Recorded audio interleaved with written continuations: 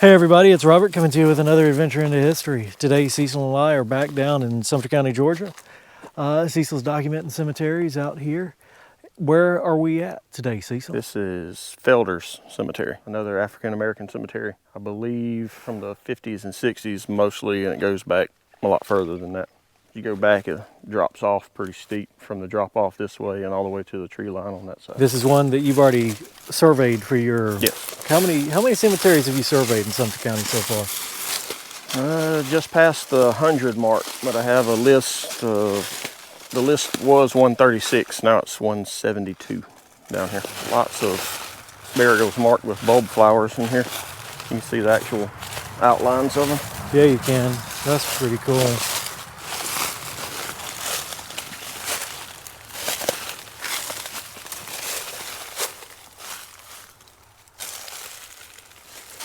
Got an indention.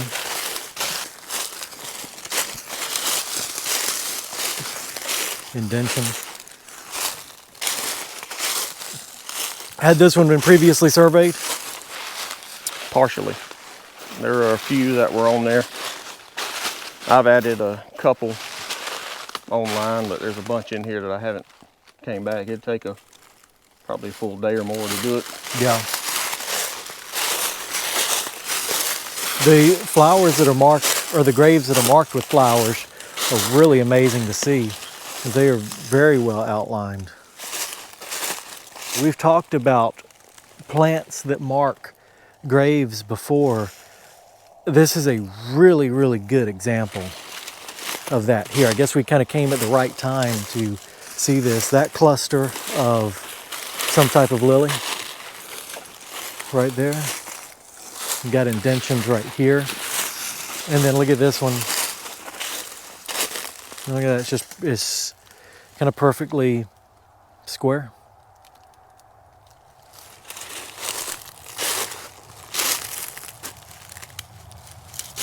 You got some marble here.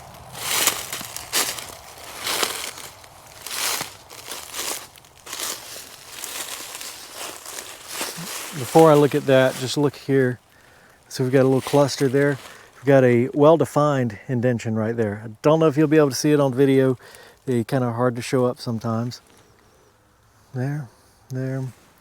All those are graves though. All of them have an indention. Let's see the marble.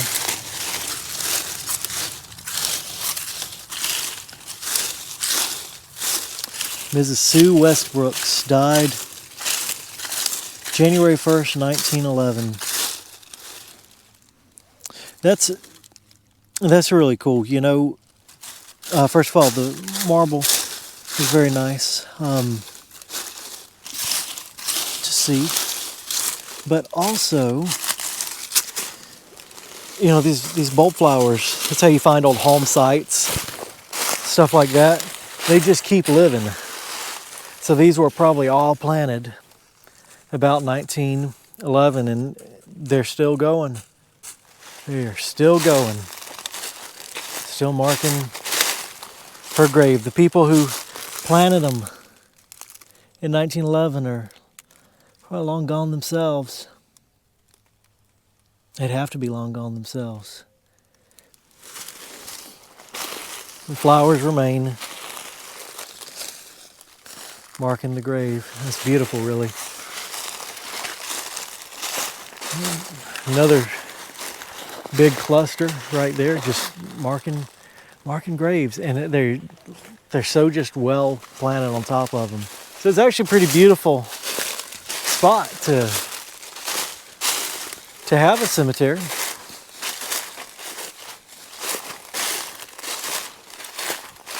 If I was gonna pick a place, can't say that I would complain about being on top of a hill overlooking a pretty creek.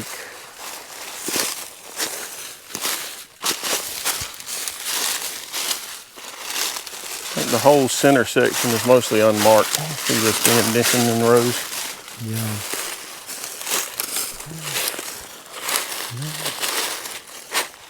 All throughout there. There's a lot of roads around here, Felders. I don't know if it was the property owner or I haven't seen any Felders buried in here. Gotcha. Indentions. Fallen tree over there. Indentions.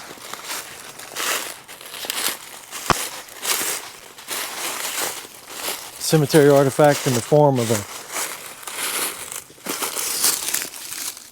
milk jar. Top of this grave. I think this is another MTA stone. Okay. Fallen cedar. But what's really cool right here, so I have talked about these a lot in the past. These are some of my favorite headstones to see. Henry Monson, born May 10th, 1884, died July 10th, 1924. Flying Eagle Chamber, 5231 Huntington, Georgia. So again, this is a Mosaic Templars of America stone. I've talked about these a bunch every time I find one. They're some of my favorite headstones to find. Mosaic Templars of America, or MTA, was a fraternal organization founded by two formerly enslaved individuals in the 1880s. It was founded at a time when there were no organizations such as what this became to aid the African American community. They provided burial benefits, which included a headstone and essentially life insurance. They had different chambers. We've got the name of this one on here that were all around the country. The MTA later began opening schools and became quite the organization, but the Great Depression did a lot of harm to it, and it folded not long after that in the 1930s. Very special headstones to see. These are really common in some parts of the country. Not very common here. Very special to see, and I always like to see these. Put some light on them. Yeah. These also clean up amazingly well. These are beautiful stones when they're cleaned. If there was D2 sprayed on that one would probably turn just into beautiful white marble.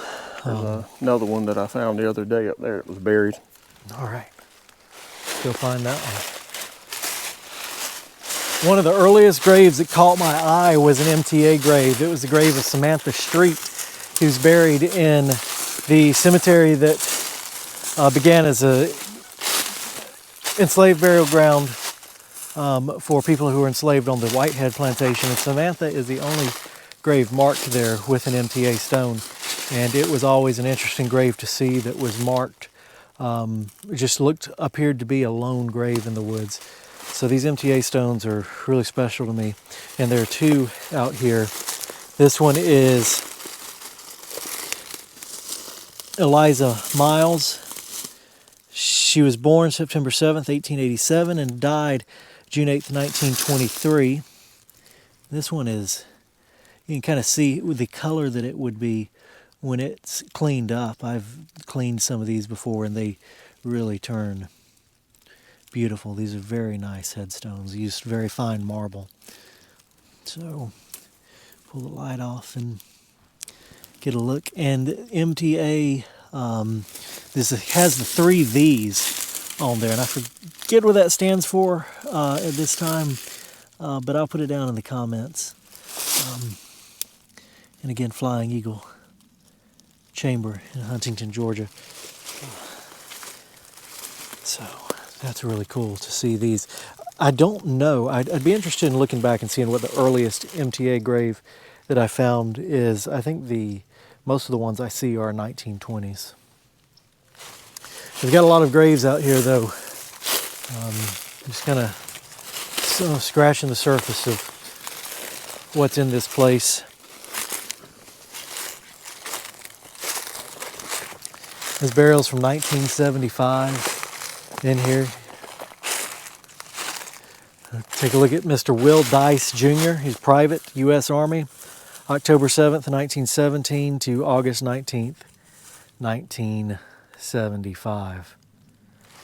And then we've got these stamped concrete headstones, which are Very common type of headstone that you see in African American cemeteries in this region. They were an affordable alternative to the marble headstones. This tree busted open this burial vault right here, so that's always an unpleasant and sad sight to see. Lots of graves. Lots of graves here.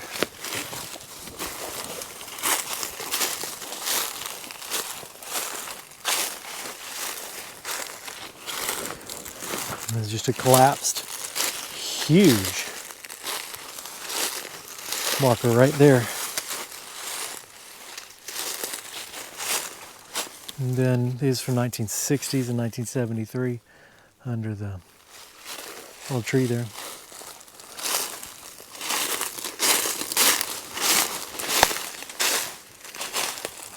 You see where we started, where the Jeep is over there. And there's not a foot of cemetery out here in this space that we don't see markers, that there's not burials. See indentions going all throughout here. Many burials in this place. Indention right there, right beside the cedar tree. We got a cemetery artifact. We got the purple glass.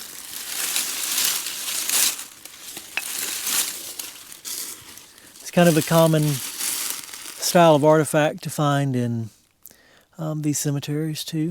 So, real pretty. And just a quick reminder, you see a lot of broken glass that's in African American cemeteries. And well-meaning people may come in and think, oh, that's just old trash that needs to be thrown away. But a lot of times, that sort of thing has to do with specific burial customs that, of course, varied by region, but that are associated with African American burial practices of the late 1800s and early 1900s, and that originated from traditions that originated in Africa. So you'll see broken glass like that sometimes in these cemeteries, and well-meaning people may throw it away, but they were a part of the cemetery and it's meant to stay here and is defined as a cemetery artifact. It's just something to always bear in mind. A beautiful old cemetery though. Some really neat features out here of being able to see the graves marked with the flowers, the MTA headstones. I always like documenting those, every one I find.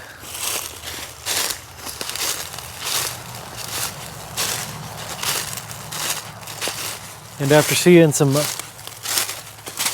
overgrown and destroyed cemeteries, it's always nice to come to one that may be in a bit of an abandoned state, but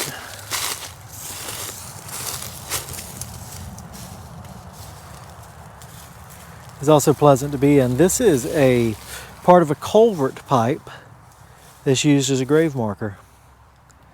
It's just an example of, using what you could to mark a grave. All right, everybody, I hope you enjoyed seeing this cemetery. It's cool and it's nice. A lot of graves out here. We've seen very similar cemeteries before, and it's always cool to see them. I think there's another burial artifact over there. Nope, that's a plastic food container. It came off of the road. Always cool to see them though, but especially so to find the MTA graves and be able to document those, because it's such a rare headstone and such an important part of history to see them. So those are one of my favorites to find. We've got graves all the way out to the road here. But we've got that huge space in the center that is full of unmarked graves. But every person, every story in this cemetery matters. These were These were people living just like us today. And